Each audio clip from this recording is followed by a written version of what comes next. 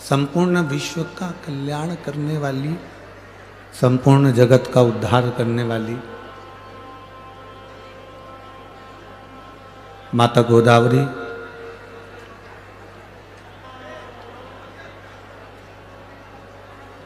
जो केवल गौतम ऋषि का कल्याण करने के लिए यहाँ पर प्रकट नहीं हुई है। यहाँ पर केवल गौतम बाबा का कल्याण करने के लिए नहीं है।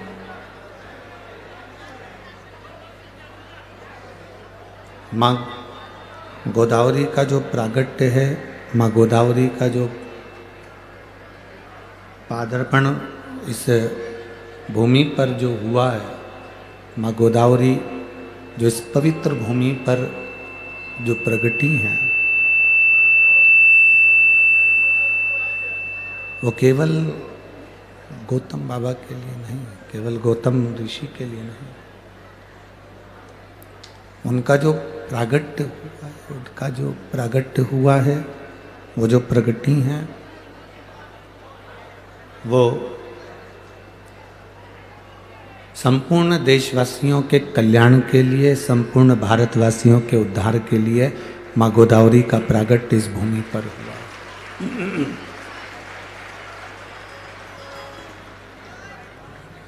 इस पवित्र भूमि पर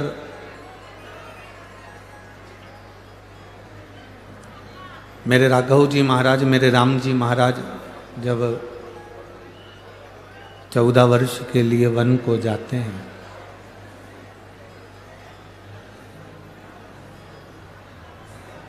चौदह वर्ष के लिए जब वन क्षेत्र को निकलते हैं,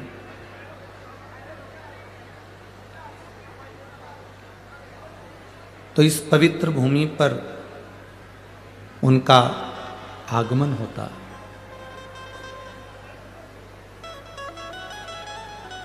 जिस भूमि पर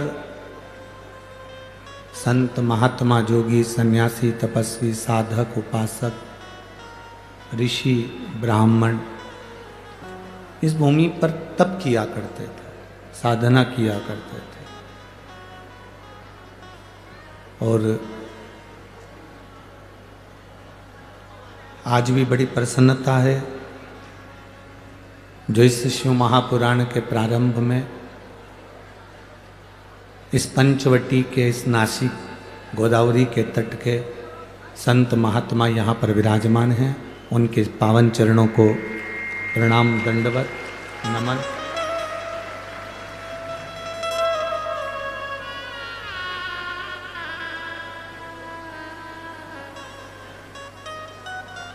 कभी कभी नासिक वालों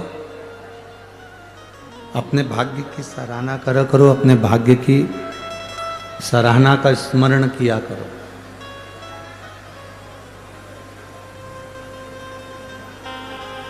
कि भगवान ने आपको जन्म भी दिया, भगवान ने आपको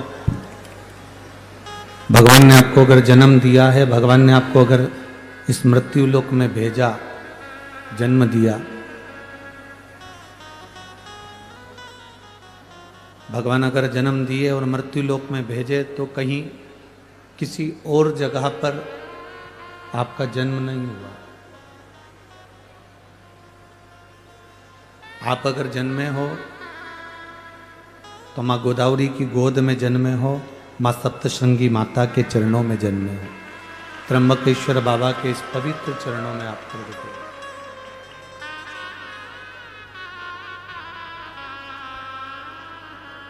जन्म तो सबका होता है, ऐसा कोई संसार में हुआ नहीं जन्मा भी और मरा भी।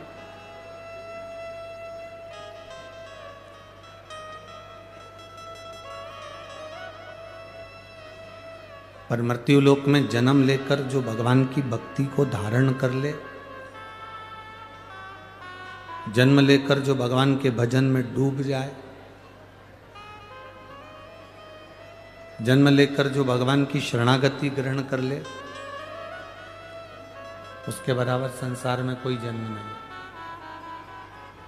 जो भगवान की शरणागति में पड़ गया, जो भगवान की अविरल भक्ति में रम गया, फिर उसके बराबर कोई संसार का सुख नहीं। कोई सुख नहीं कि तेरी कृपा बिना ना हिले एक भी लेते हैं श्वास तेरी कृपा से बखान क्या करूं मैं राखों के ढेर का चपटी भगोत में है खजाना कुबेर का है गंगाधार मुक्ति द्वार ओंकार तू भोले ओंकार तू आयो शरण तिहार शंभो तार तार तू आयो शरण तिहार शंभो तार तार तू।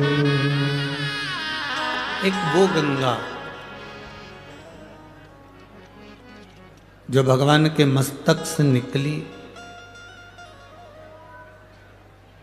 और भागीरथ बाबा के 60,000 काकाओं का उद्धार कर कर संपूर्ण विश्व का कल्याण करे,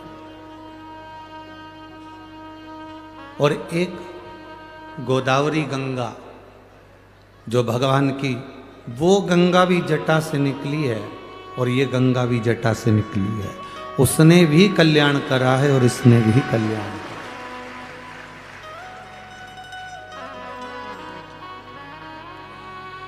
गंगा ने तो कल्याण किया, पर नासिक वालों ने क्या किया?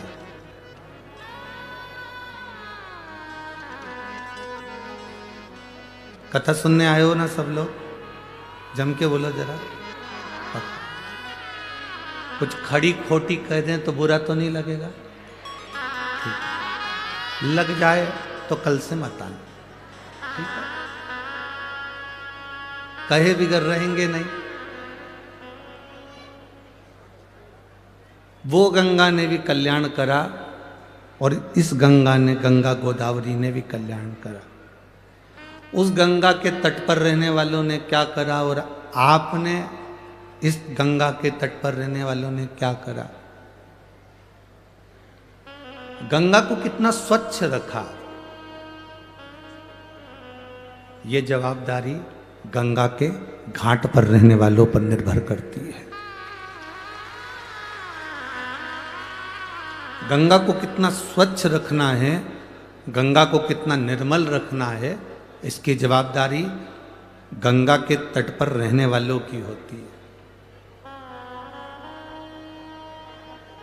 गंगा अपना काम करती है, जनमानस का कल्याण करती है, पापियों को उतारती है, जीवों का कल्याण करती है।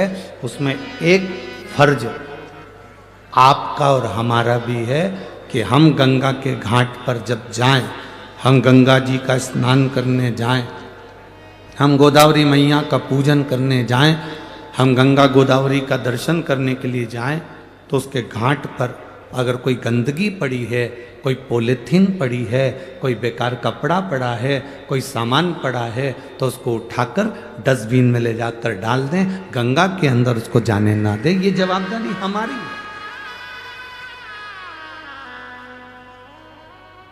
गंगा जी का काम है तारना, मनुष्य का काम है कि गंगा के घाटों को स्वच्छ रखना, निर्मल रखना।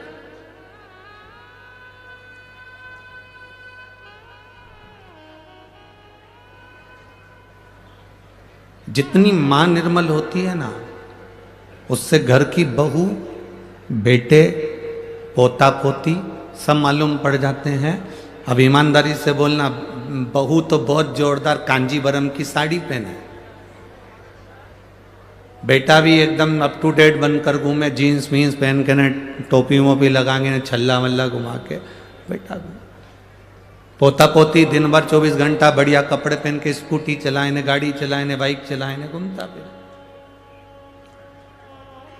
अब कोई मिलने के लिए आए और घर में बूढ़ी माँ, घर में बुजुर्ग माँ बेकार कपड़े में पड़ी रहे, पलंग पर पड़ी है, गोदड़ी गादी, रजाई, तकिया, चादर कुछ भी अच्छे नहीं है, तो तुम सब क्या कहोगे? बताओ, बहू तो इतनी अप टू डेट रहती है, बेटा इतना अच्छा रहता है, पोता पोती इतने अच्छे रहते हैं, और मां की क्या हालत कर रखी है।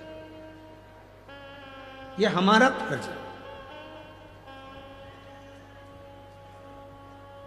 अगर गोदावरी मां के तट पर बाबा त्र्यंबकेश्वर की कृपा से, बाबा कपालेश्वर महाराज की कृपा से, मेरे काले राम जी की कृपा से अगर ये कथा छत्रपति शिवाजी और सीताराम सरकार की साक्षी में अगर हो रही है, तो आपसे निवेदन इतना करेंगे, इस कथा को अपने दिल तक लेकर जाना। अगर दिल तक लेकर जाओगे तो परमात्मा भी दिल से देने में कमी नहीं करेगा।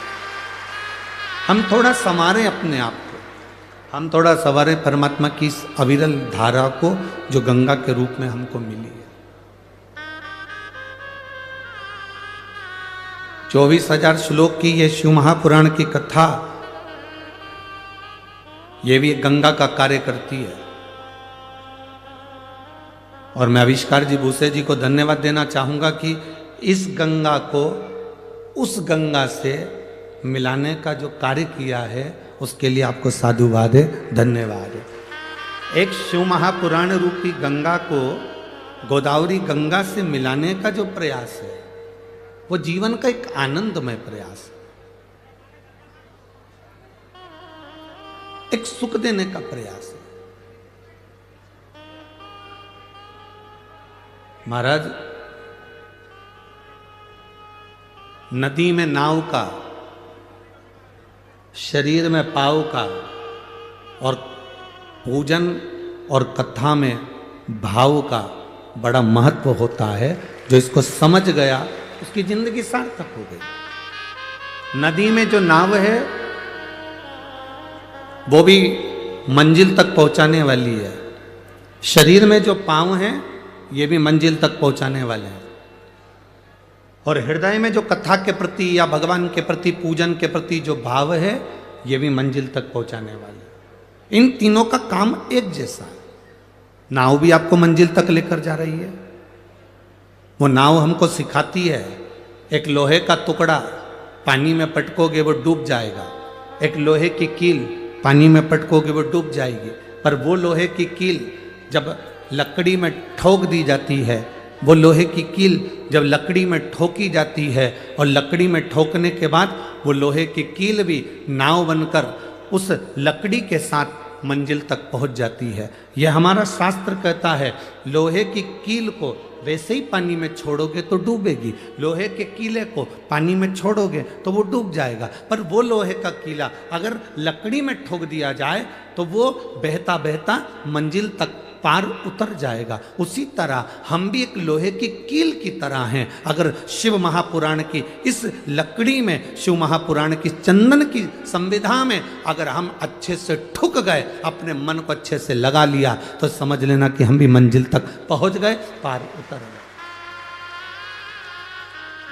अब कोई कहे गुरुजी आप हमको लोहे की कील कर रहे हो, कोई कहे गुरुजी आप हमें लोहे का कीला कर रहे हो। मनुष्य लोहे की कील की तरह होता है। जैसे कीले पर जंग पड़ जाती है, उस जंग को निकालने के लिए उस पर थोड़ा सा कुछ ना कुछ लगाना पड़ता है। उसी तरह मनुष्य की जिंदगी में भी जंग पड़ती है, अहंकार की, काम की, लोभ की, आसक्ति की, वासना की, तृष्णा की। ये जंग हमारे शरीर पर चढ़ती जाती है, हमारे मन पर चढ़ती जाती है, हमारी इच्छाओं पर चढ़ती जाती है। जब हम इसमें भगवान की अविरल भक्ति का थोड़ा सा पेंट लगा देते हैं, भगवान की भक्ति का थोड़ा सा भजन का बल लगा देते हैं, तो हमारे शरीर पर जो ये अहंकार की जंग है, वासना की जंग है, तृष्णा की जंग है, काम आसक्ति की जो जंग है, वो निकल जाती है।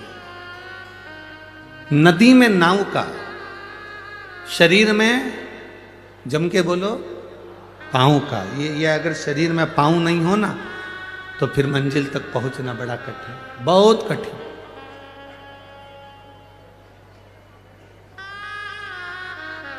नदी में नाव मंजिल तक पहुंचा रही है, शरीर में पांव मंजिल तक पहुंचा रहे हैं।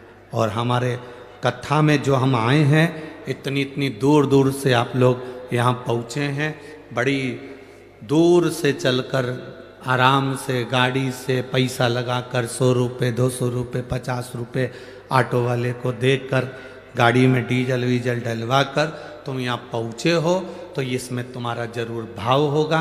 और फिर कहते हैं नदी में नाव पार लगाने वाली होती है, शरीर में पाँव मंजिल तक पहुँचाने वाला होता है, और तुम्हारे हृदय में जो भाव है तुम्हें परमात्मा से जरूर मिलाएगा और तुम्हारा कार्य सफल करेगा, ये निश्चित था।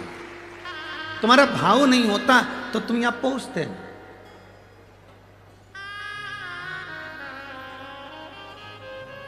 आप में से कितने लोग बैठे हैं जिनको मार ठोक के बिठाया हो? बैठे रहना, कथा में चलो, जाना पड़ेगा, कथा सुनना पड़ेगी। किसी ने कहा तुमसे ए भाऊ बोलो, तो बोला किसी ने आई बोला नहीं। इधर किसी से बोला कि नहीं कथा में चलना पड़ेगा, कथा सुनना पड़ेगी, बस भर कर चलो, गाड़ी भर कर चलो, ट्रैक्टर भर के चलो, आइसर भर के चलो, ट्राली भर कर चलो। हाँ, अगर कोई राजनीतिक कोई सभा होती तो तुम्हें बस में भरकर लाना पड़ता, पर उसमें लाना पड़ता, इसमें तुम्हारे भाव इतने प्रबल हो गए थे भगवान शंकर के प्रति कि तुम सब दौड़ दौड़ कर स्वयं भाव से आए। केवल एक देवाधिदेव महादेव एक ऐसे हैं जो ना तुम्हारा कपड़ा देखते हैं, ना तुम्हारा आभूषण देखते हैं, ना तुम्हारा श्रृंगार देखते हैं, ना तुम्हारा शरीर देखते हैं। केवल एक देवाधिदेव महादेव ऐसे हैं जो तुम्हारे हृदय का भाव देखते हैं कि यहाँ जो आया है वो मेरे लिए आया कि नहीं आया। शंकर जी के मंदिर में एक लोटा जल चढ़ाया तो भाव से चढ़ाया कि नहीं चढ़ाया? दिखावे से तो नहीं चढ़ा रहा, मेरा भजन दिखावे से तो नहीं कर रहा, वो केवल भाव देखता, वो केवल निर्मल स्वभाव देखता। और बाबा मैं तेरी बदन शंभो, मैं तेरी बदन हवा विच उड़ती जावागी। बाबा डोर हटो छड़ी नाम कटी जावागी। बाबा मैं तेरी बदन। शिव को ना तुम्हारे वस्त्र से मतलब है, शिव को ना तुम्हारे श्रृंगार से मतलब है, शिव को ना तुम्हारे आभूषण से मतलब है, शिव को ना तुम्हारी जमीन से मतलब है, शिव को ना तुम्हारे आभूषणों से मतलब है, ना तुम्हारी जायदाद से मतलब है। तुम कौन सी भाषा बोल रहे हो, शंकर को तुम्हारी भाषा से भी कोई मतलब नहीं है, ना तुम्हारे वस्त्र से, ना तुम्हारी भाषा से।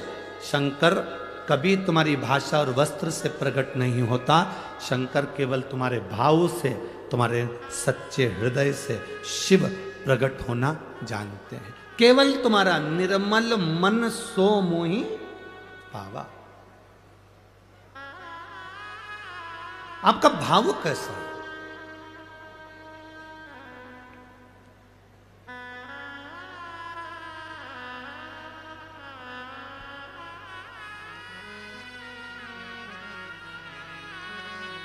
जब हम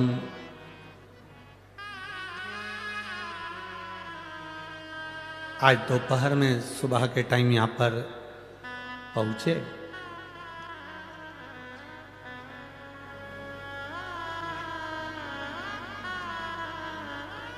जब यहाँ पहुँचे तो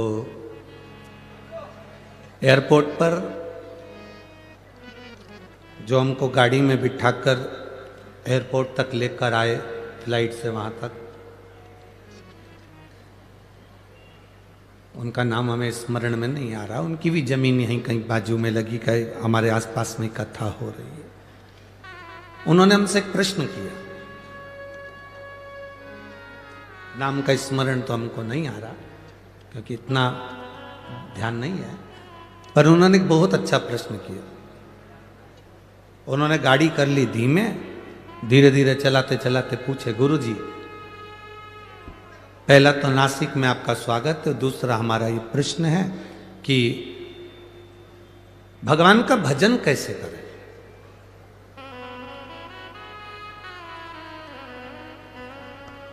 अब हमने कहा सामने इधर से घुमा कर तुम एयरपोर्ट पे ले जाके खड़ा कर दोगे, प्रवचन थोड़ा लंबा है। अब हम बोलेंगे कि भजन कैसे कर, उसका प्रश्न था भगवान का भजन कैसे करें। फिर भी हमने कहा एक बार कबीरा का एक संवाद अपनी जिंदगी में जरूर उतारना। दो बहन चक्की पर बैठकर गेहूं पीस रही थी, आटा बना रही थी। एक पीसती जाए, उसमें से गेहूं का दाना उठा के मुंह में डालती जाए। नासिक की भी कई जीजियों की आदत है, ऐसा नहीं है? दाना लिया मुंह में डाला। दूसरी भी पीसती जाए, मुख में दाना नहीं डाल रही, फिर उसने लिया मुंह में डाल लिया, फिर पीसती जाए। दूसरी बहन ने देखा आधे घंटा हो गया, 1 घंटा हो गया, ये गेहूं का दाना उठाती है मुंह में डाल लेती है, फिर दाना उठाती फिर मुंह में डाल लेती है, ये कोई अच्छी बात है? बहन ने बहन से कहा तेरे में बुद्धि नहीं है, अक्ल नहीं है, मूर्ख है तू, बिल्कुल चतुराई नहीं तेरे में। क्या कर रही है ये? दाना उठाया मुंह में डाल लिया, फिर दाना उठाया मुंह में डाल लिया, और मुझे देख एक दाना मुंह में नहीं डाला, चक्की चलाती जा रही, चलाती जा रही, चलाती जा रही, और वो दाना डालती जा रही, चलाती जा रही, डालती जा रही, चलाती जा रही।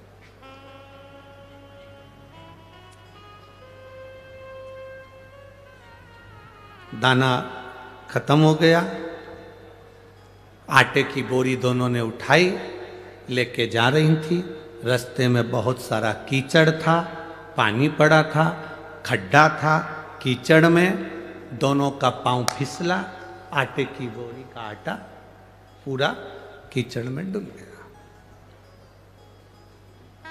सबसे ज्यादा दुख किसको हुआ? बोलो तो ही जीजियो, बोलो जरा, ए नासिक की जीजियो, और जितने नासिक के जीजा उन बैठे अच्छे से बोलो, सबसे ज्यादा दुख किसको हुआ? जिसने एक दाना भी मुंह में नहीं डाला था, बेचारी लगी रही, लगी रही, लगी रही, और उसको दुख नहीं हुआ, उसको लगा कि गिर गया तो कोई बात नहीं, अपन तो निपटा लिए, अपन तो निपटा, अपने को क्या टेंशन। हमने उससे कहा कबीरदास जी का ये चरित्र अपनी जिंदगी में उतारना। एक वो होता है जो दिन भर 24 घंटे लगा रहता है और कभी भगवान का भजन नहीं कर पाता, और एक वो होती है काम करती जा रही है, दाना चखती जा रही है, काम करती जा रही है और शिव महापुराण सुनती जा रही है।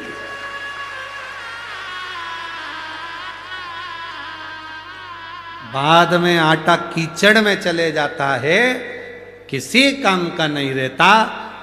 जो तुम्हारा समय चल रहा है, जो तुम्हारी सत्ता चल रही है, जो तुम्हारा वैभव चल रहा है, जो तुम्हें कुर्सी मिली, जो तुम्हें पद मिला, जो तुम्हें प्रतिष्ठा मिली, आप कहीं के आमदार बन जाएं, खासदार बन जाएं, अध्यक्ष बन जाएं, उपाध्यक्ष बन जाएं, कहीं कोई पद प्रतिष्ठा कुर्सी पद या आपके पास में वैभव धन कुछ आ जाए तो उसका प्रयोग करना प्रारंभ करो। तो अपने चलते समय में, अपनी चलते हुए कर्म में, अपनी चलती हुई दुकान में, अपने चलते हुए क्रम में से थोड़ा थोड़ा भगवान का भजन मुख में डालना प्रारंभ करो और काम करते चलो। एक कथा हमने पहले कही, जब तक तुम्हारी नौकरी अच्छी चल रही है तब तक पत्नी के जेवर बनवाओ। इस कथा को सुनकर पत्नी बड़ी खुश हुई कि गुरुजी एक हमारे पक्ष के मिले जिन्होंने जेवर बनाने का बोला। तुम्हारी नौकरी अच्छी चले जब तक पत्नी के जेवर बना लो, प्रॉपर्टी खरीद लो, मकान बना लो, जमीन बना लो। दुकान अच्छी चले पत्नी के जेवर बनाओ, बच्चों का काम करो, पढ़ाई कराओ, विद्याध्ययन कराओ, प्लाट बनाओ, मकान बनाओ, सब कुछ करो। दुकान चले, नौकरी चले, सर्विस चले, उस चलती हुई नौकरी में, उस चलते हुए व्यापार में तुम करोगे ना, तो तुम्हारा धीरे धीरे धीरे धीरे मकान भी बन जाएगा, जेवर भी बन जाएगा, काम भी हो जाएगा। मालूम पड़े जिंदगी का क्या ठिकाना, जब एकदम व्यापार, दुकान, सत्ता कुछ हटती है तो तुम कुछ नहीं कर पाओगे। इसलिए ये शरीर जब तक चले तब तक भगवान का भजन करते चलो, नाम स्मरण करते चलो।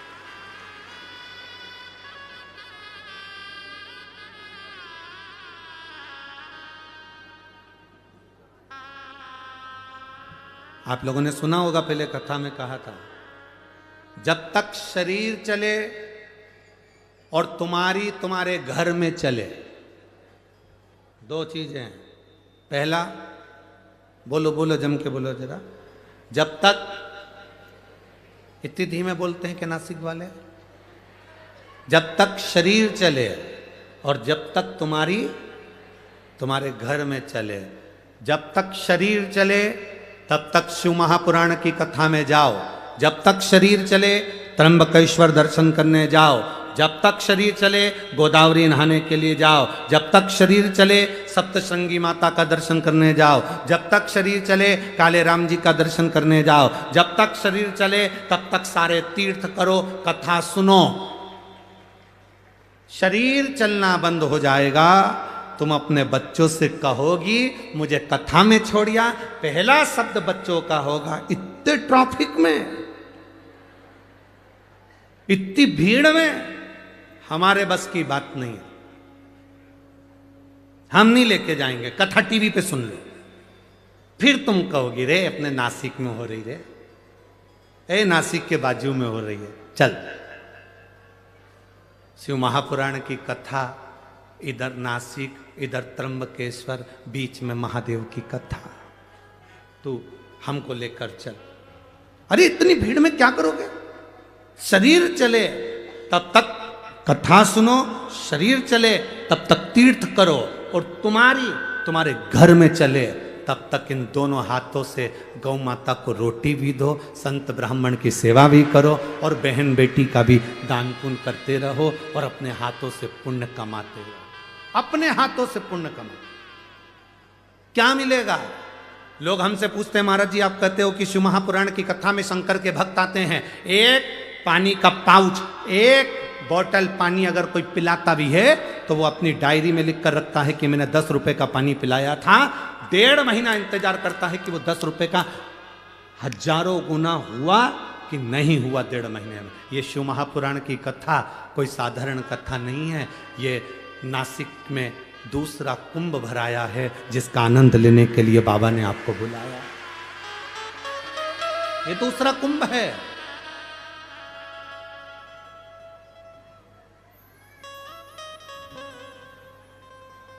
वो आविष्कार जी कथा लिए थे तो उन्होंने कहा था नासिक में जो कथा होगी ना गुरुजी, उसमें क्या है कि नासिक में तो धर्म के आयोजन होते रहते हैं, गोदावरी के तट पर तो कथा सत्संग भजन, क्योंकि पंचवटी है तो भगवान के भजन होते रहते हैं। तो हम जो टेंट लगाएंगे ना, तो हमको ऐसा लगता है कि वहाँ थोड़ा कथा में लोग हो सकता है कम जुड़ें। हम उनसे कहेंगे आविष्कार जी से, जरा अंदाजा लगा कर देखिए, जहाँ तक टेंट तुम्हें दिख रहा हो और टेंट के बाहर जितने दिख रहे हो, मेरा कैमरे वालों से भी निवेदन है उनको जरूर कैच करना। लाखों में भक्त पहले दिन पहुंचे, लाखों में। बोल बम का नारा है, इतना धीमे बोले तो कल्याण तुम्हारा है। शिव तत्व की प्राप्ति, आप जितना भजन करोगे, अपने मुख से अपने स्मरण करो। किसी को कुछ हम नहीं दे सकते, मत दो। 1 रुपए का दान नहीं कर सकते, बिल्कुल मत करो। अठन्नी किसी को नहीं दे सकते, मत दो। पर अपने ऊपर खर्च करो। इस शरीर से कहीं नहीं जा सकते, मत जाओ। घर में बैठो पर मुख से राम नाम, कृष्ण नाम, शिव नाम, ओम नमः शिवाय, नमः शिवाय, श्री शिवाय, नमस्तुभ्यम, राम नाम कृष्ण नाम जपते रहो। जब तक ये शरीर है, जब तक ये श्वासें चल रही है, 21,600 श्वास प्रतिदिन निकल रही शरीर से, उसमें आप भजन करते चलो, स्मरण करते चलो।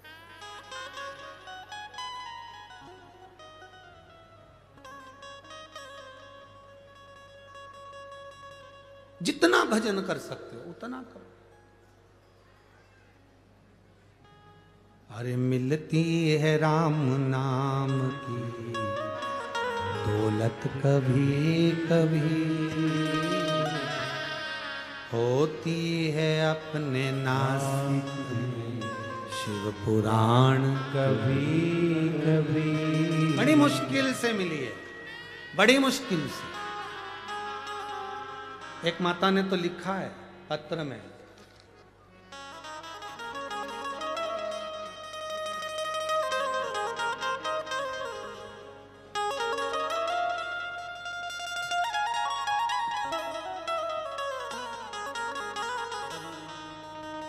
सुनीता जी, प्रदीप जी धोड़गे, पाथर्डी गांव, मेरा मोबाइल नंबर ये है। कहीं बैठी हैं सुनीता जी? सुनीता धोड़गे, पाथर्डी गांव, कहीं बैठी हो तो हाथ हिला। आप ही हैं? एक बार हाथ हिला दो ऐसा। आपने पत्र में बहुत सुंदर बात लिखी, गुरुदेव मेरे भोले बाबा से मैं प्रतिदिन जब जब सप्तशृंगी माता का मेरा नियम है रोज दर्शन करने जाने का, मैं उनसे रोज कहते आती हूँ, माँ वो सियोर वाले महाराज की कथा सब दूर होती है, हमारी पंचवटी नासिक में गोदावरी के तट पर कब होगी? तू कृपा कर मां। गुरुदेव 3 महीने से एक दिन भी माता का दरवाजा नहीं छोड़ा, रोज जाती हूँ और ये की बात कहती हूँ कि हमारे नासिक में एक बार पाथर्डी में शिव महापुराण की कथा हो। गुरुदेव ईमानदारी की बात बोलें, आज हमारी जिंदगी का सबसे अच्छा दिन है जो शिव महापुराण की कथा यहाँ प्रारंभ। बहुत बहुत बधाई आपको। बैठिए। श्री शिवाय नमस्ते। शिव तत्व है इसमें, औघड़ी है इसमें। ये मिला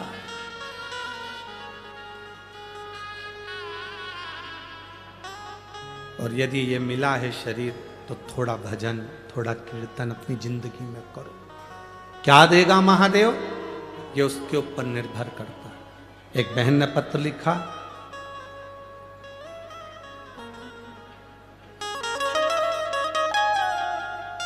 चिंदी है हो, दिख जाएगा इसको।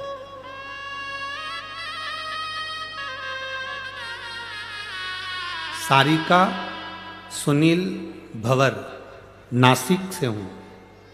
कहीं बैठी हो तो हाथ हिलाइएगा। कहीं बैठी हो बीच वाले पंडाल में है क्या? हाँ हाथ हिलाइए। दिख गए, दिख गए, ठीक है। हाथ हिलाइए एक बार, वापिस हिला दो जी। सारिका सुनील भंवर, नासिक से हूं गुरुदेव। आप कहते हो गुरुदेव शंकर देता है 3 महीने के अंदर झोली भर देता है। गुरुदेव मैं बाबा से प्रार्थना करी, मेरी लड़की के यहां संतान नहीं थी, जिसको 13 साल हो गए थे, संतान का सुख नहीं था गुरुदेव।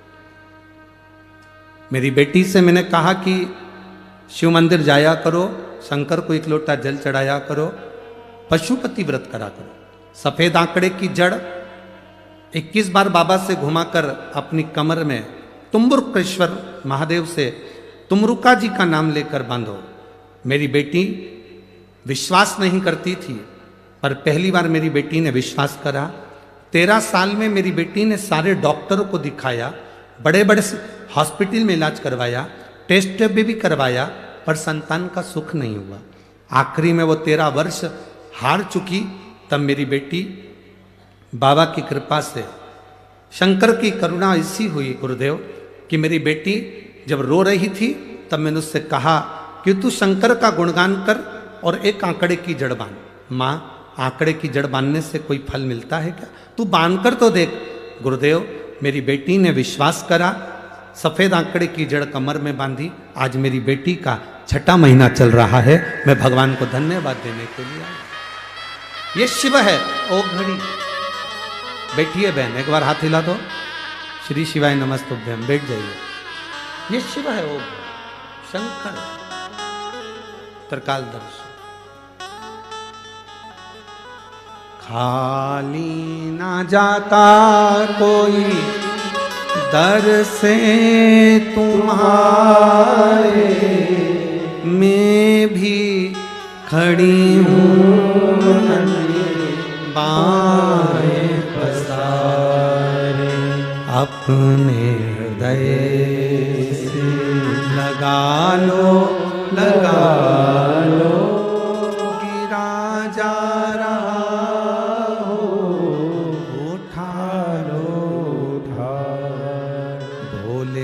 अपने दर से अब तो ना टालो, गिरी जा रहे हो, उठा लो। आप जो भजन करें, आप जो स्मरण करें, आप जो भक्ति को धारण करें, उसमें जीवन का एक लक्ष्य होना चाहिए, परमात्मा की प्राप्ति। जितने यहाँ कथा सुनने बैठे हो,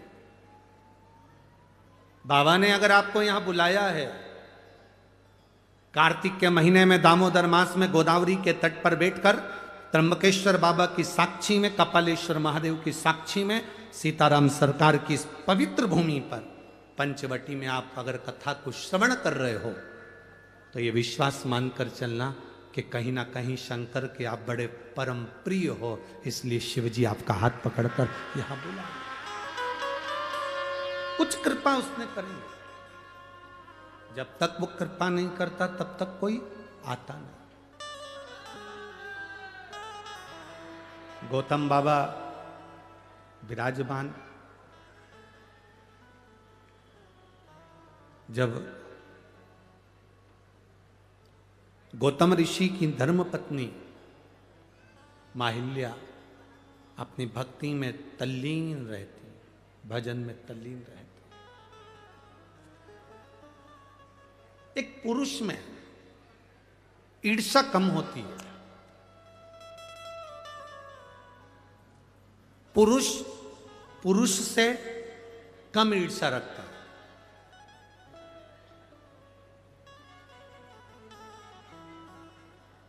पर जो नारी कभी सत्संग नहीं करी होती है, जो नारी कभी भगवान का भजन नहीं करी होती है, जो नारी कभी किसी सतगुरु की शरणागति में बैठकर सत्संग नहीं करी होती है, जिस नारी ने कभी मंत्र का स्मरण नहीं जाना होता है, भले वो कितने भी विद्वान की पत्नी क्यों ना, कितने विद्वान की पत्नी क्यों ना,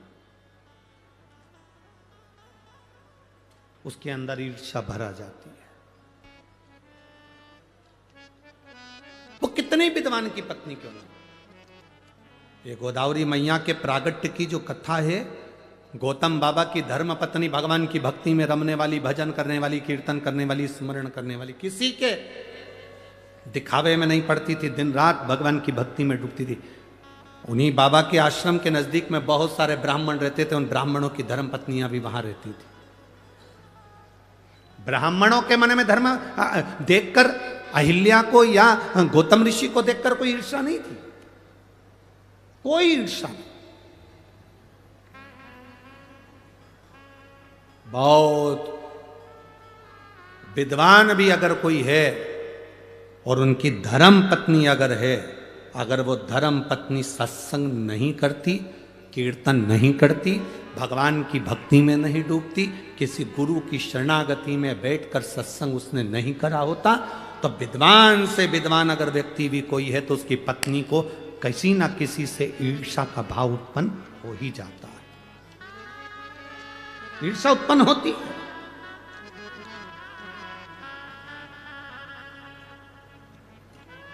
शिव महापुराण की कथा सुनने के लिए जितने भक्त यहां पहुंचते हैं, शंकर भगवान की कथा सुनने के लिए जितने जितने भक्त कथा के पंडाल में पहुंचते हैं, टीवी पर कथा देखते हैं, मोबाइल पर कथा श्रवण करते हैं, जितने भक्त यहां कथा सुनने के लिए पहुंचते हैं, इनके मन में कभी ईर्ष्या नहीं रहती। उसका कारण केवल एक होता है, हमें कथा सुनने जाना है, कौन आगे बैठा हमें उससे मतलब नहीं, कौन पीछे बैठा हमें उससे कोई मतलब नहीं। कथा शंकर भगवान की शिव महापुराण का जो श्रोता होता है उसके हृदय में ईर्षा नहीं होती। वो अपने साथ बैग के अंदर एक पन्नी लेकर चलता है, एक बिछाने की दरी लेकर चलता है, एक छाता लेकर चलता है, 2 पानी की बोलो बोलो जम के बोलो बॉटल लेकर चलता है। उसको मालूम है कथा का पंडाल सुबेरे 10 बजे 11 बजे 12 बजे तक पूरा फुल हो जाएगा, मुझे बैठने की जगह नहीं मिल सकती क्योंकि मैं लेट जा रही हूँ। उसने अपने झोले के अंदर एक दरी रख ली, उसने अपने झोले के अंदर 2 पानी की बोतल रख ली, उसने अपने दरी के उसके झोले के अंदर एक छाता रख लिया। उसको मालूम है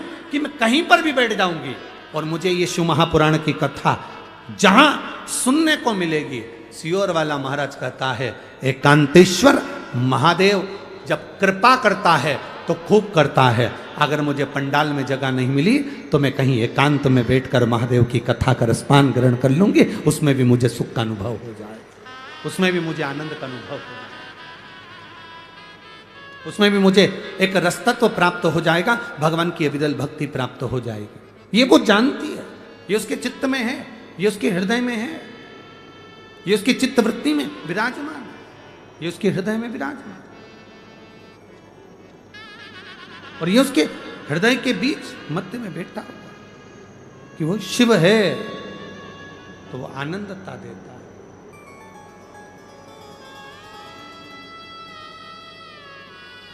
सुख देता है, ईर्षा नहीं है। पर गौतम बाबा की धर्म पत्नी माता हिल्या सुबह उठना, बुआरी लगाना, रंगोली डाल देना, जल छोड़ देना, पूरे आनंद के साथ गौतम ऋषि जिस शिव भक्ति में लगे रहते थे, अहिल्या माता उनकी शंकर के पार्थिव शिवलिंग का निर्माण करने के लिए मट्टी को तैयार करती थी। इस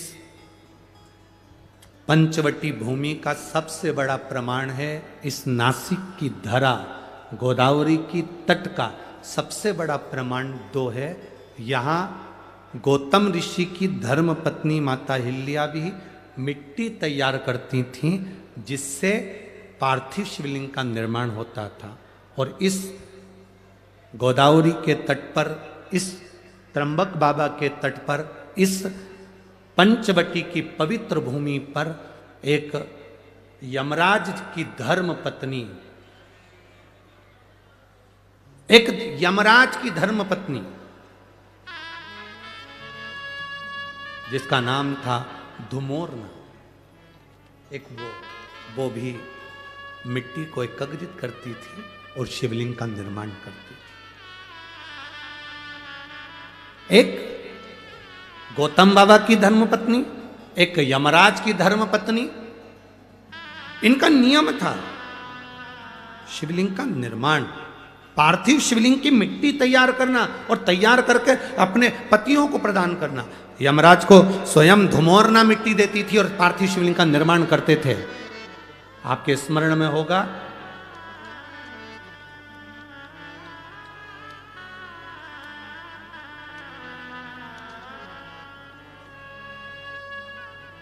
एक बार यमराज ने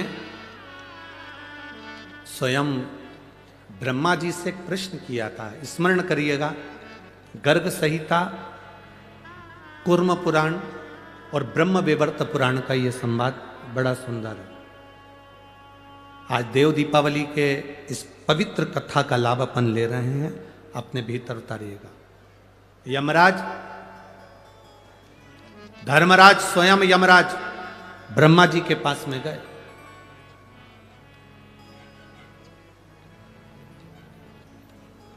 और यमराज ब्रह्मदेव के पास में जाकर ब्रह्मा जी के सम्मुख में खड़े हो गए। अब ब्रह्मा जी के सारे मुख नेत्र बंद थे, स्मरण नहीं आया ब्रह्मा जी को। माता वीणा वादनी ने आवाज लगाकर अपने स्वर में अपनी वीणा से कहा, ब्रह्मदेव दरवाजे पर यमराज आए हैं। ब्रह्मा जी ने अपने नेत्र खोले और ब्रह्मा जी ने जो नेत्र खोले तो सामने क्या देखते हैं कि यमराज खड़ा हुआ।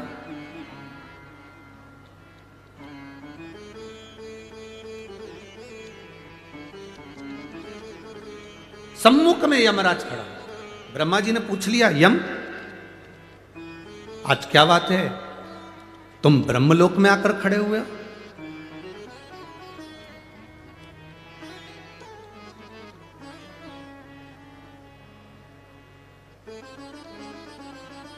यमराज ने कहा, ब्रह्मा जी, मैं संसार के पापी जीवों को नरक का भोग भुगताता हूं। मैं मृत्यु लोक से आने वाले जितने जितने पापी जीव हैं इनको यम का नरक का भोग भुगताता हूं। इन जीवों को जब नरक का भोग भुगताता हूंगा तो उसका थोड़ा ना थोड़ा दोष मुझे भी तो लगता होगा। ब्रह्मा जी ने कहा, आप तो पूरा निर्णय देने के बाद भोग भुगताते हो तो आपको पाप लगना ही नहीं चाहिए। परंतु यमराज ने कहा, नहीं, मेरी धर्म पत्नी धुमोरना कहती है, मेरी धर्म पत्नी धुमोरना ने कहा है कि अगर आप जीव को नरक का भोग भी भुगता रहे हो तो कुछ ना कुछ दोष तुम्हारी जिंदगी में लगेगा जरूर। मैं क्या करूं? ब्रह्मा जी ने कहा, इसका उत्तर तो मैं नहीं दे सकता, पर इसका उत्तर आपको भगवान नारायण दे सकते हैं। यमराज उसी समय पर ब्रह्मा जी को प्रणाम करे, यमराज के वहां से सीधे भगवान नारायण के पास पहुंच गए। नारायण के दरवाजे पर जैसी बैकुंठ में पहुंचे, माता लक्ष्मी नारायण के चरण दबा रही थी और यमराज ने आकर भगवान के चरणों को प्रणाम करा। जय जयकार हो प्रभु, श्रीमन नारायण, हर हर महादेव, प्रणाम कर। पूछा, लक्ष्मी जी चरण दबा रही थी, लक्ष्मी जी ने संवाद किया, प्रभु यम आए हैं। भगवान नारायण के नेत्र खुले, उठकर भगवान नारायण बैठे, क्या बात है यम, कैसे आना हुआ? यम ने कहा, जीवों को जब मैं त्राण देता हूं, जीवों को जब मैं नरक भुगताता हूं, उस समय पर मेरे को भी तो दोष लगता होगा। उस दोष की मुक्ति कैसे, उस दोष का निवारण कैसे? भगवान नारायण ने कहा, सुनो यम,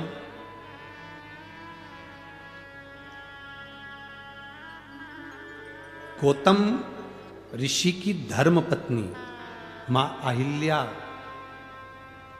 स्वयं भगवान शंकर से प्रार्थना कर कर उनकी सिर की गंगा की एक धार 7 केश हटाकर पृथ्वी पर लेकर आई है, जिसका नाम गोदावरी है।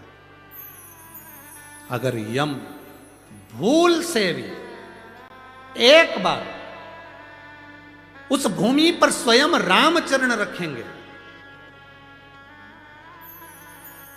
वो गोदावरी का तट सरल नहीं होगा। जहां पर स्वयं रामचरण रखेंगे, वो गोदावरी का तट सरल नहीं है। जहां स्वयं शंकर भगवान को भी उनका गुरु मिल जाएगा, वो भूमि साधारण नहीं है, गोदावरी का तट।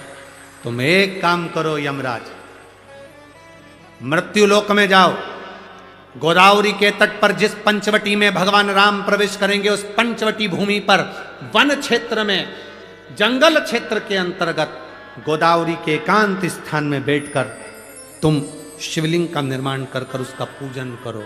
तुम्हारी जिंदगी में अगर कोई जीव का दोष भी होगा तो वो समाप्त हो जाएगा, कैसा भी दोष हो समाप्त हो जाता है। आज आप लोगों से ज्यादा हमारी किस्मत बहुत धनी हुई है, हमारी किस्मत आज धन भागी हुई है कि इस पवित्र भूमि पर धुमोरना यमराज की पत्नी शिवलिंग बनाती थी, यमराज पूजन करते थे और यमराज के ऊपर का दोष भी समाप्त हो जाता था। आज वो पवित्र भूमि पर शिव पुराण गाने का सौभाग्य मिला, सौभाग्य मिला है।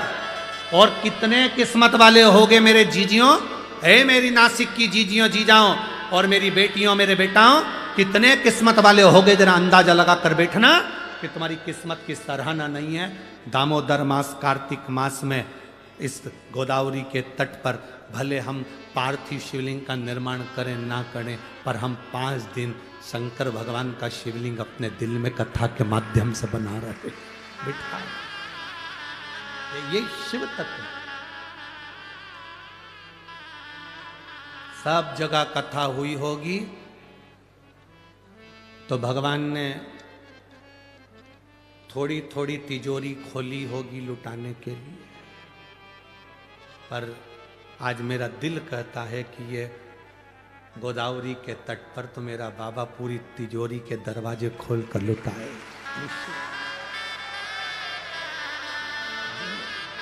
आप सुनो, दिल से जो प्रार्थना करोगे वो सुनेगा।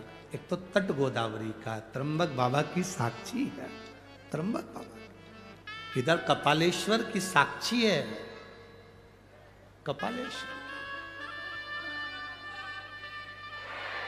जब हम कथा में आ रहे थे, जब ऊपर चढ़े तो आते से हमने वो नंदी को देखा, वो बैठा। तुमने देखा कि नहीं देखा? उसको देखते से याद आ गई, रे बाबा गजब करी तूने नंदी बाबा। शंकर भगवान पर ब्रह्मा जी की हत्या का दोष लगा था और नंदी तू बछड़े का रूप लाकर शंकर भगवान को इस गोदावरी पर लाकर छोड़ दिया था और ब्रह्म हत्या से मुक्त करा दिया था। इस नंदी ने बछड़े का रूप रखकर ब्रह्म हत्या से भगवान शिव को मुक्त करा दिया था। आज विचार करो, और नंदी वास एकांत में बैठा हुआ शिव महापुराण की ओर देखकर आप और हमको भी यही ज्ञान दे रहा है कि तुम सबको ना जाने कितने पाप से मुक्त कर दूंगा 5 दिन की इस कथा में। कितने, और जितने लोग आस्था चैनल पर सुन रहे हैं, जितने फेसबुक यूट्यूब पर कथा सुन रहे हैं, आप अपने हृदय में चित्त रमाकर देव दीपावली शिव महापुराण की कथा को सुन रहे हो। देव दिवाली जो प्रारंभ हुई थी वो त्रिपुरासुर के वध के बाद देवताओं ने इस दिवाली को मनाया था। उस कथा का तत्व ग्रहण करने का तुम्हें और हमको सौभाग्य मिला है।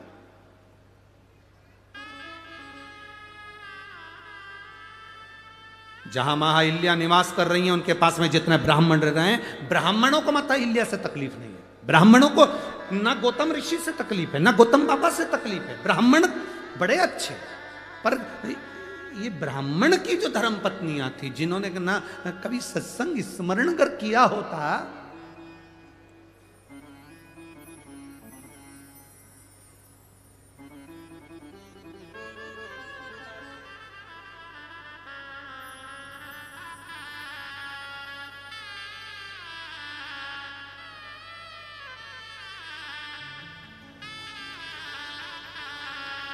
जिसका पति बहुत विद्वान है, जिसका पति बहुत ज्ञानवान है, बहुत विद्वान है,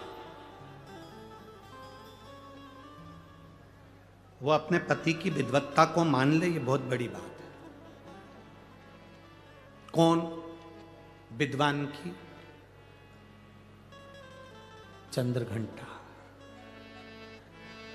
विद्वान की जगदम्बा, तो मान ले, बहुत बड़ी बात है। एक पंडित जी प्रवचन में बोल रहे थे, चतुर्मास में 4 महीना बैंगन नहीं खाना चाहिए। कौन बोले? बोलो बोलो, जम के बोलो। एक पंडित जी प्रवचन में कथा में बोल रहे थे, 4 महीना चतुर्मास में बैंगन नहीं खाना चाहिए, दोष लगता है। पत्नी भी कथा में बैठी थी, घर गई, भोजन बनाया, मूंग की दाल, रोटी, बेसन बना दिया। पति ने चिल्लाकर कहा, क्यों रही? अभी 2 दिन पहले मैं बैंगन लाया था, तूने बनाया नहीं। पत्नी बोली, तुम ही तो प्रवचन में बोले कि चतुर्मास में 4 महीना बैंगन नहीं खाना चाहिए। पति माथा ठोक कर बोला, चौकी की कथा को चूल्हे तक क्यों लाई? ये चौकी की कथा थी, इसे चूल्हे तक क्यों लाई?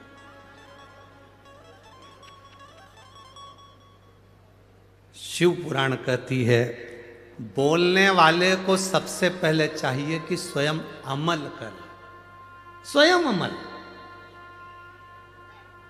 एक पिता अपने बेटे से कहता है, रात को जरा जल्दी आया करो घर पर, नशे से दूर रहो, तंबाकू मत खाओ, व्यसन मत करो।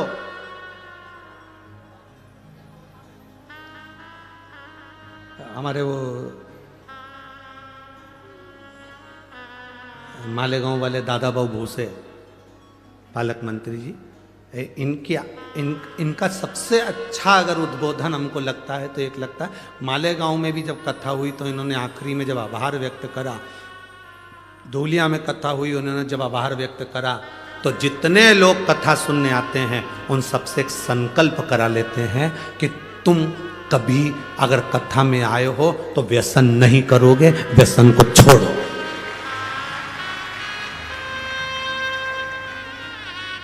आज का राजनेता को तुम्हारे व्यसन से कोई मतलब नहीं, पर उनके शब्द अच्छे लगते हैं कि व्यसन छोड़िए, कोई नशा करते हो तो छोड़ दीजिए।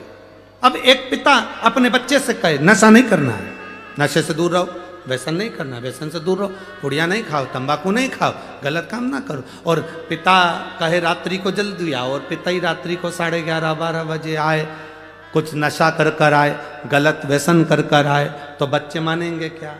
जम के बोलो जरा, नहीं मान, बच्चे नहीं मानेंगे। उसी तरह बच्चों को हमें चाहिए कि हम स्वयं भी संवरने का प्रयास करें, हम स्वयं भी सुधरने का प्रयास करें। जब हम सुधरेंगे, एक कथाकार, एक प्रवचन देने वाला, एक कथा कहने वाले पर यह आधारित है, वो कह रहा है चतुर्मास में 4 महीना बैंगन, बोलो बोलो जम के बोलो, नहीं खाना। पत्नी ने वो बैंगन उठा के फेंक दिया, नहीं खाएंगे। अब पति कहे कि बैंगन कहाँ है, तो के तुमने तो कहा था। चौकी की कथा चूल्हे तक क्यों लिया ना? एक संत, साधु, गुरुजन, ब्राह्मण जन, तपस्वी जन, साधक जन, उपासक जन, दुनिया के जितने जितने संत, साधु, तपस्वी, साधक, उपासक होते हैं, वो आपको समझाने का प्रयास करते हैं, अपने जीवन में परमात्मा की भक्ति को धारण करो।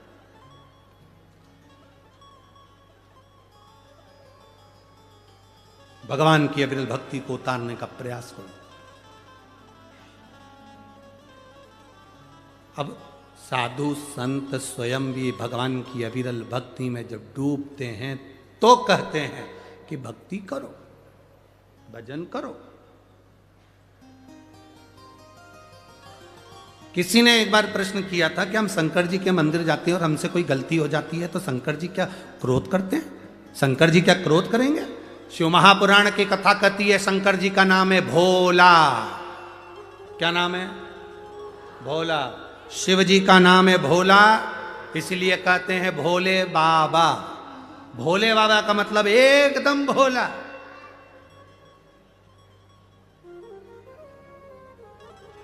भूतों को भोजन करना आता है क्या? जम के बोलो जरा, अरे जम के बोलो, भूतों को भोजन करना आता है? भूत प्रेत को 5 स्टार होटल में जाना आता है?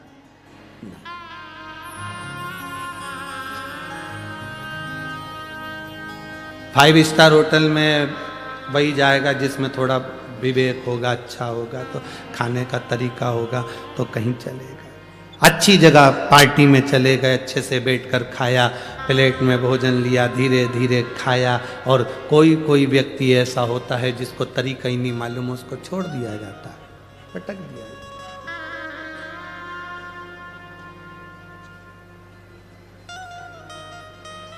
अब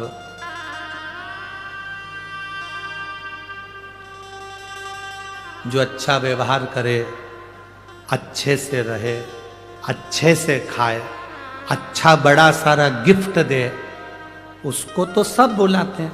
बोलो जम के, बुलाते कि नहीं बुलाते? बुलाते हैं ना। जिसमें बुद्धि ना हो, विवेक ना हो, खाने का तरीका नहीं, रहने का तरीका नहीं, उसमें बोलने का तरीका नहीं, पहनने का तरीका नहीं, लोग उससे पागल कहते हो, बेकार कहते हो, ये किसी काम का नहीं। कभी कभी माँ कह देती है मेरे बड़े बेटे में बहुत समझदारी है, छोटे में अकल नहीं है, मूर्ख है, पागल है। मेरी एक बहू बड़ी समझदार है, दूसरी बहू में अकल नहीं, मूर्ख है, पगली है, बेवकूफ है, कह दिया माँ ने। एक समझदार है और एक पागल है, बेकार। जो समझदार है उसको दुनिया अपना बनाती है, और जो बेवकूफ हैं, पागल हैं, जिसको दुनिया ठुकरा देती है उसको महादेव अपना बना लेते हैं, उसको महादेव अपना बना। तुम 4 बहनें हो, 2 बहन पैसे वाली है, मायके जाती है, सम्मान होता है, रिश्तेदार सम्मान करते हैं, उनको बुलाते हैं, आदर देते हैं। तुमसे बड़ा लिफाफा 1000 का 500 का उसको मिलता है। तुम गरीब हो, साधारण हो, तुम्हारे पास में ना तो ज़्यादा गाड़ी है ना बंगला है, जो किस्मत में लिखा था वहाँ शादी हो गई। तुम अपनी ज़िंदगी साधारण से जी रही हो। बहन के घर शादी में गए, सबको अच्छा लिफाफा दिया, सबको अच्छी साड़ी दी, तुमको कमज़ोर साड़ी दे दी, तुमको कमज़ोर लिफाफा दे दिया, तुम्हें साधारण सा मिठाई का डब्बा दे दिया। क्यों?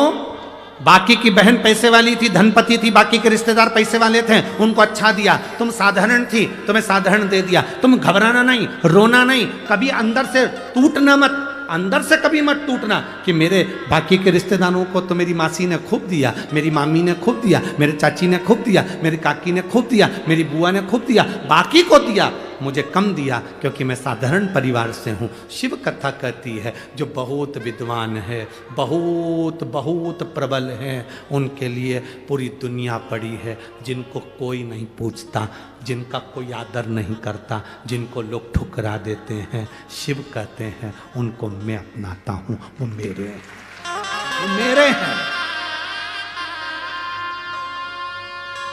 भूतों को कौन पूछेगा, प्रेतों को कौन पूछेगा, गरीबों को कौन पूछेगा?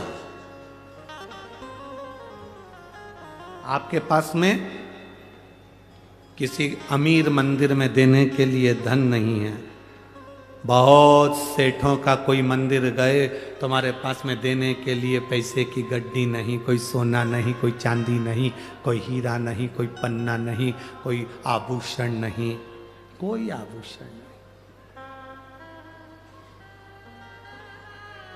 कोई आभूषण, कोई रतन सोना चांदी नहीं। आप वहां पर जाकर सोचोगे मेरी बहन ने अभी कार्यक्रम करवाया था, वहां पर गई थी, वहां जाकर उन्होंने इतना दान करा, मेरे पास कुछ नहीं है। तुम कभी ना घबराना, तुम्हारे पास मेरे भोलेनाथ जी ने 1 लोटा जल दिया है, उसको दिल से तुम महादेव को चढ़ाती रहना, उसके करीब में जाती, वो नजदीक है। मेरे भोले तेरा सहारा है, मेरे भोले तेरा सहारा है, मेरी नैया का तू किनारा है, मेरी नैया का तू किनारा। आप उसके हो जाओ। लोग आपको बेवकूफ समझे कोई बात नहीं, लोग आपको बेकार समझे कोई बात नहीं,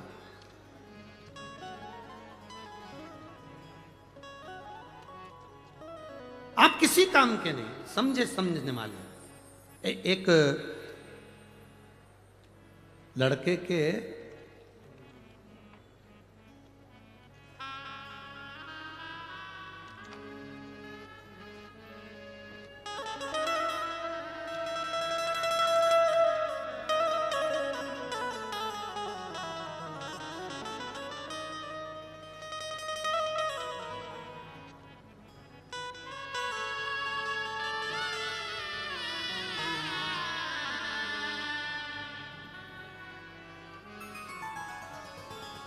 मैं संगीता प्रवीण गोस्वामी हनुमान नगर मोतीवाला कॉलेज के पास गंगापुर रोड नासिक महाराष्ट्र से हूँ। मेरा मोबाइल नंबर ये है। कहीं बैठी हैं तो हाथ हिला सकती हैं। हाँ आप ही हैं, एक बार वापस हाथ हिला दो जी। मैं संगीता प्रवीण गोस्वामी हनुमान नगर मोतीवाला कॉलेज के पास गंगापुर रोड नासिक महाराष्ट्र से हूँ। मालेगांव में जो कथा हुई थी तब हमें पता चला कि बाबा की कृपा क्या होती है। गुरुदेव, मेरी बड़ी दीदी के गले में गठान हो गई, जिस गठान का ऑपरेशन करने के लिए डॉक्टर ने कह दिया गठान का ऑपरेशन होगा तो डॉक्टर ने कहा इनकी आवाज जा सकती है और ये गठान जो है ये कैंसर की। सब घबरा गए, आवाज भी चली जाएगी, गठान निकालना भी जरूरी है गले में से, करें तो करें क्या। दादा बाबू भूसे जी को मैं धन्यवाद देना चाहती हूं, शिव महापुराण की जो अलख जगाई उसके लिए मैं उनको साधुवाद दूंगी। कथा का रसतत्व किसे कहते हैं यह हमें सुनना सिखाया। जब दीदी को गठान हुई, डॉक्टर ने कह दिया गठान साधारण नहीं है, जांच के लिए बाहर जाएगी और इसमें रोग है, बीमारी है, वो निश्चित है। फिर वापिस हमने नासिक में दिखाने के बाद में गुजरात में जांच कराई, तो भी उन्होंने कह दिया 8 दिन के अंदर इस गठान का ऑपरेशन करा लो, ये ज्यादा फैल रहा है, तकलीफ हो। परंतु इसका एक सबसे बड़ी बात यह है कि इसमें आवाज चली जाएगी गले की और गला पूरा बंद हो जाएगा, क्योंकि कंठ पर ही ये गठान है, तो पूरा गला वहीं से कटेगा और वहां से पूरा निकलेगा। क्या करा जाए? तब हम 10 अक्टूबर को वापिस कैंसर सेंटर धुले में उनको एडमिट करा दिया। 13 अक्टूबर को ऑपरेशन की तारीख दी गई और ऑपरेशन की तारीख दी गई, तब विचार करा आप करें तो करें क्या। और यहाँ के कैंसर हॉस्पिटल के डॉक्टर ने भी कह दिया कि इसकी आवाज़ पूरी जाना है, गठान निकली है वो कैंसर की होगी, जांच होगी।